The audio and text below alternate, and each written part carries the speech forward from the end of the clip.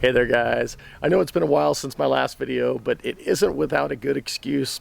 But instead of boring you with the details, me being held captive by the drug cartels south of the border, I figured for this video I will stick to just the really interesting stuff like this super cool, oddly small miniature hay barn I built for our ever-growing animal population. And anyway, so I'm going to show you how I built that. Give you some of the details as far as dimension, capacity, why I built it oddly small and where it is. And then I'll get on to some updates of the tack barn you saw me build in the last video, because I got the interior of that finished out and I think it looks pretty cool. And then I'll update you on a few other little things I've been doing, as well as a shop expansion that I'm doing on the back of my shipping container shop to add a little budget metal shop kind of structure. And for those of you who might be wondering about my voice, I'm not sick or anything.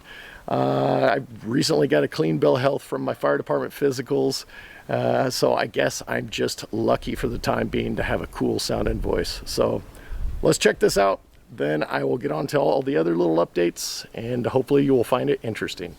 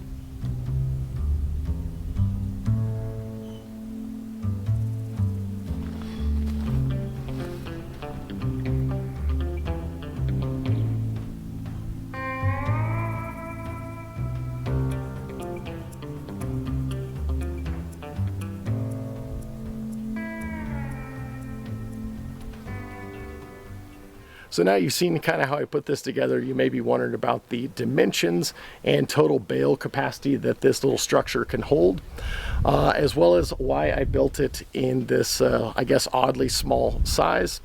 Well, first off, the dimensions of the structure are about just over 12 feet in length.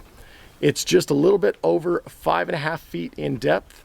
The roof is a little bit more than 8 foot with a 2.5 foot overhang.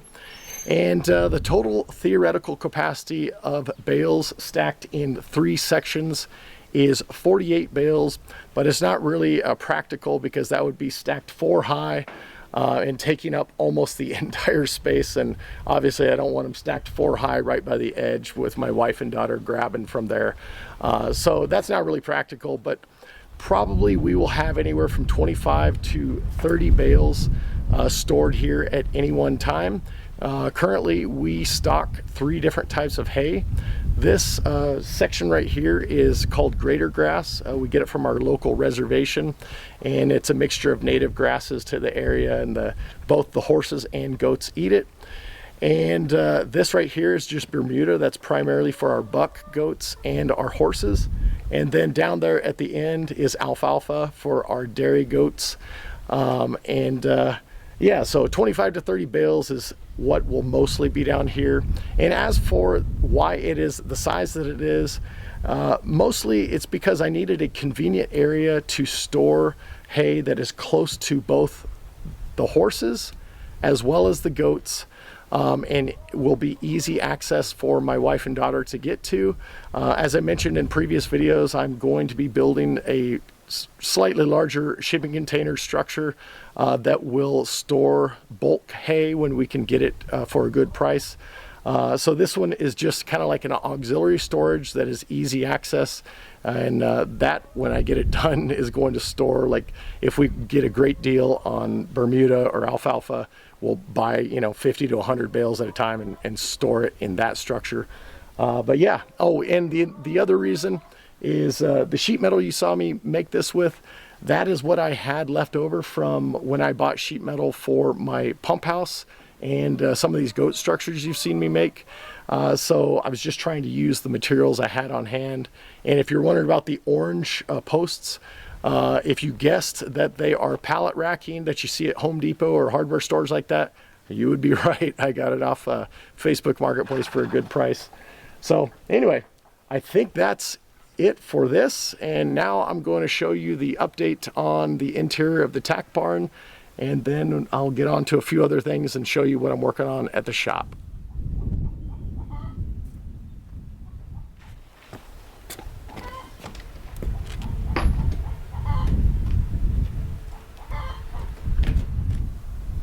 Okay, so now for the tack barn. Before I take you inside, I want to show you a couple things I did on the outside that weren't there when I did the original video.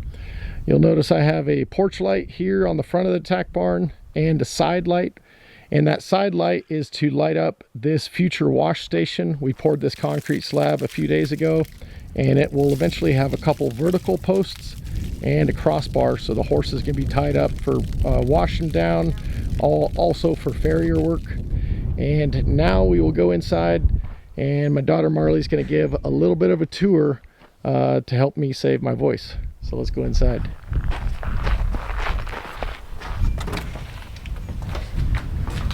Okay, before she gives a tour, I'll just point out a couple of things. The lower portion of the wall you'll recognize is the same metal I used for that little hay barn. And then all the rest of the wall covering and ceiling covering is a shiplap material that I got from Home Depot. It's kind of like an MDF. And now Marley's going to tell you about everything else, all the little hooks and bridles and stuff like that. I have my saddles, my Western, English, and bareback pad here. I have my English and Western bridles. And then I have some of my halters. Okay. And then I have some of my other training things behind the door, riding crops, etc. I have... And tell us about the workbench. My dad made me a workbench so I can do all my leather working stuff and clean all my tack and do stuff out here, I guess, on it. Yeah, and that was one of Dad's old workbenches when I first did the shipping container shop. I just cut it down and I made the metal frame a little bit shorter. And then we built some little shelves here. For all my little things and all sprays and horse supplies, shampoo, yeah, stuff like that. And then you got repair stuff for like, so you can treat your bridles and do repairs to saddles and stuff. Yeah. Leather working. I have some of my grooming stuff right here, and then I have some fly sheets and blankets and the tub. I have some saddle cleaning stuff. And I have some extra halters and leads and stuff on the back side of the saddle rack. Tell them about those pictures. And then these are some pictures that my Uncle Jeff took of some wild horses for a birthday present for me. As well as those two. As well as these. Which is really nice of him. He's a good photographer.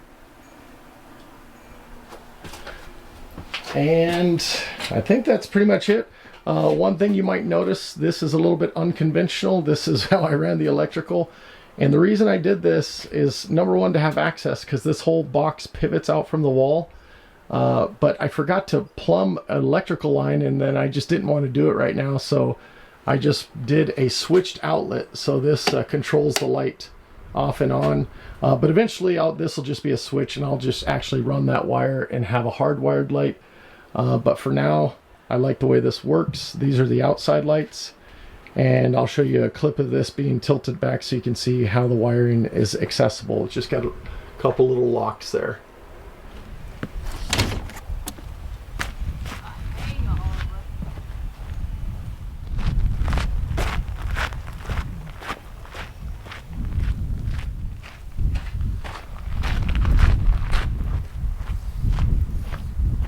Well, now we're at my little shipping container shop, which is probably the backdrop of most of my videos. Although the backside of the shop you rarely see, because I usually have just junk kind of stashed back here out of the way, so you can't see it in the videos. But anyway, you know, I do a lot of metalworking and things like that, and you'll often see me pull out one of my big metal saws and I set it on a concrete or on my workbench, and I'm always constantly kind of having to set up little stations for those, because I built a very tiny shop and I do most of the work outside. So what I am working on right now is doing a kind of like a budget metal shop extension or expansion off the back of the shipping container shop. Where you see the orange posts, those pallet racking posts, that is about 10 foot by just under 17 feet in length. And I poured all of that with just bagged concrete. You see the little Harbor Freight mixer there in the background. And eventually there's going to be another little slab poured up here. And this is a place that I plan to have two deep, long workbenches to hold all of my metal saws, my bandsaw, my sanders, my grinders, also my bigger 12-inch sliding wood saw on the other side. So it's going to be kind of like just dirty business shop. You know, all the stuff that makes dust and metal shavings fly is going to be back here. I'm going to have about a 6 foot by 6.5 foot large door that'll open. And then I will set up some vices and you know, my sheet metal brake and different stuff like that in kind of permanent locations, so that I can not have to set up little workstations. And I'm trying to do it as budget conscious as I can.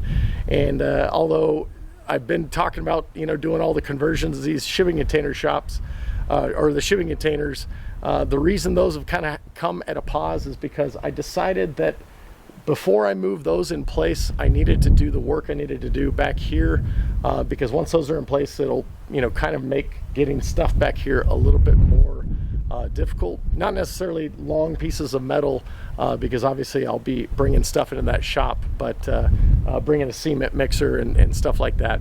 So anyway, I don't know if I'm going to make this little pour a video, but that's all formed up, compacted. I'm trying out this new fiberglass rebar, which is that kind of pinkish purple stuff down there. And anyway, hopefully it will be a very big blessing for my workflow. And yeah, I don't know. You can also see there at the end, I have two file cabinets I got off a marketplace, because you know I like to use file cabinets as a storage for my shop.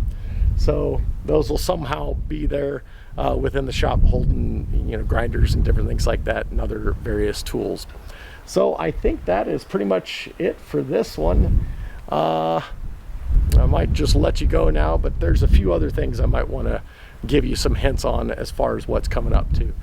All right, well, I think that's going to conclude the 3 big project updates I wanted to touch on in this video.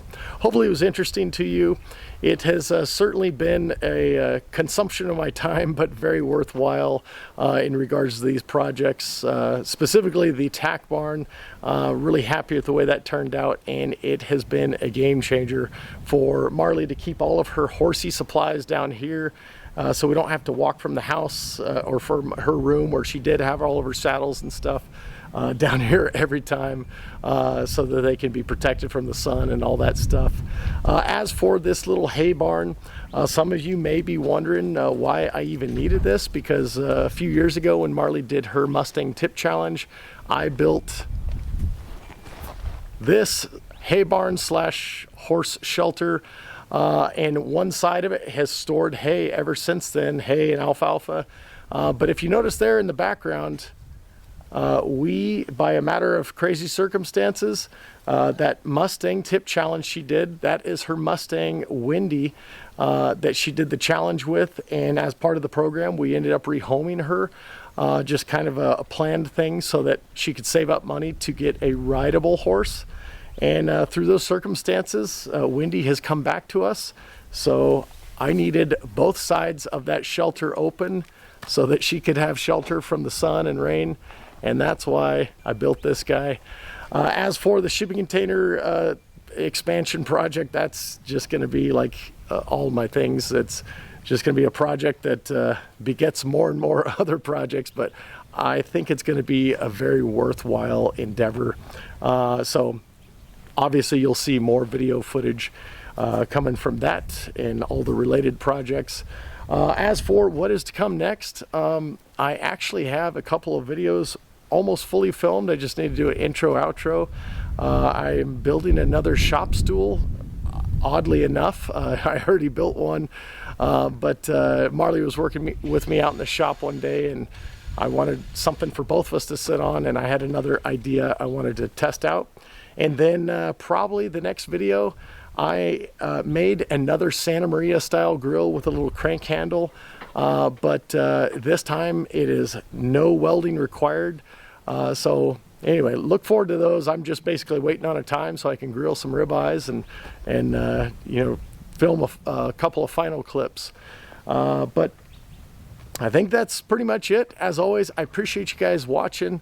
I apologize for not having more consistent videos, but you know, please remember I'm just a regular dude. I work a full-time firefighting job as my primary source of income, and these are on the side, and I don't have a camera crew, I don't have editing crew, and I can only get to these things when I get to them. And a lot of, I mean, if I filmed everything I worked on, I would have a video coming out every other day, but you know, until somebody becomes my camera crew, which, you know, I would have to make a lot more money to be able to pay them. You just have to, you know, I guess deal with some of the inconsistencies. But as always, if you appreciated this video, give me a thumbs up, hit the subscribe button if you want to see similar future content. And as always, until I see you next time, God bless.